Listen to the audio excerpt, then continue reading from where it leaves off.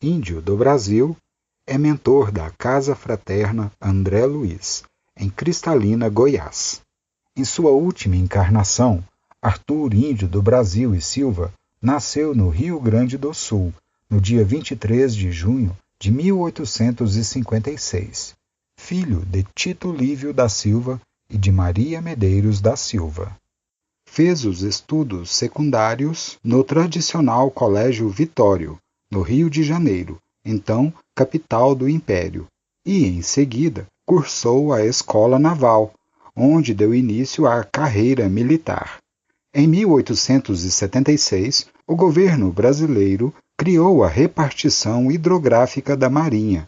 Seu primeiro diretor-geral, o capitão de fragata Antônio Luiz von Hoyans, barão de Tefé, comandou as primeiras expedições destinadas a levantar dados hidrográficos em companhia de dois auxiliares, o desenhista Laureano José Martins Penha Júnior e o segundo-tenente Arthur Índio do Brasil.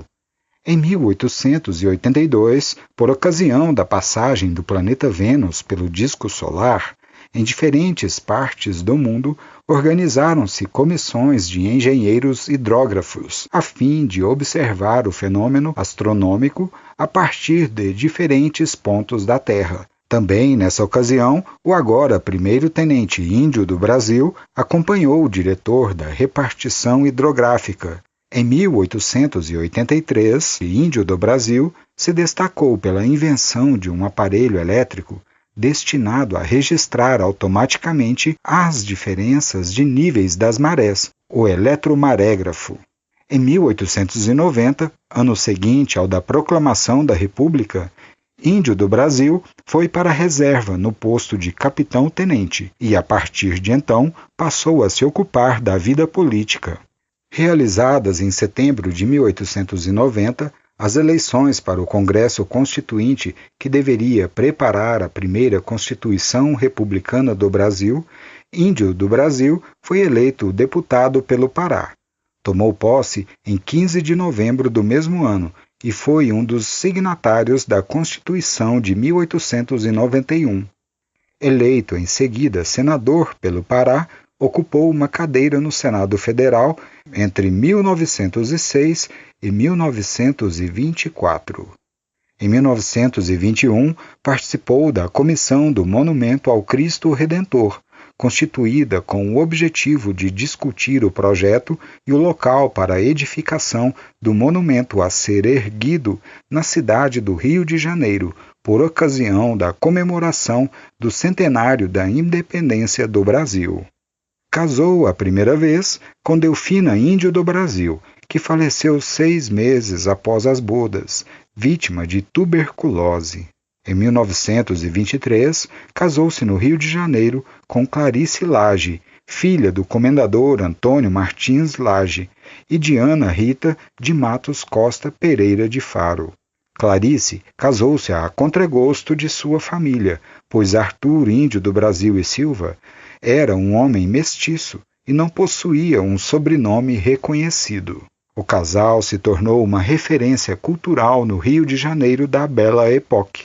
Clarice faleceu assassinada no centro do Rio de Janeiro, em 7 de outubro de 1919. Índio do Brasil não teve filhos, porém adotou uma menina, filha de seu cozinheiro chinês, a qual deu o nome de Ruth Índio do Brasil, que casou-se com Adalberto de Oliveira, tendo 3 filhos, José Arthur de Oliveira, Luiz Eduardo de Oliveira e a escritora Clarice de Oliveira. Em 1924, ao lado de jovens militares, Índio do Brasil participou da revolta tenentista deflagrada em São Paulo sob o comando do general Isidoro Dias Lopes. Ainda no primeiro dia de conflito, foram presos durante a ocupação de quartéis da tropa estadual no bairro da Luz. Os prisioneiros foram sumariamente condenados à morte por fuzilamento pelo secretário de Justiça Bento Bueno, mas foram libertados. Índio do Brasil foi sócio do Instituto Histórico e Geográfico Brasileiro. católico fervoroso e grande benfeitor da Igreja e dos pobres, foi agraciado em 23 de dezembro de 1925 com o título de Marquês pelo Papa Pio XI. Índio do Brasil foi homenageado com as Ordens de Cristo, da Rosa, de Aves e com a Grande Comenda de Simão Bolívar.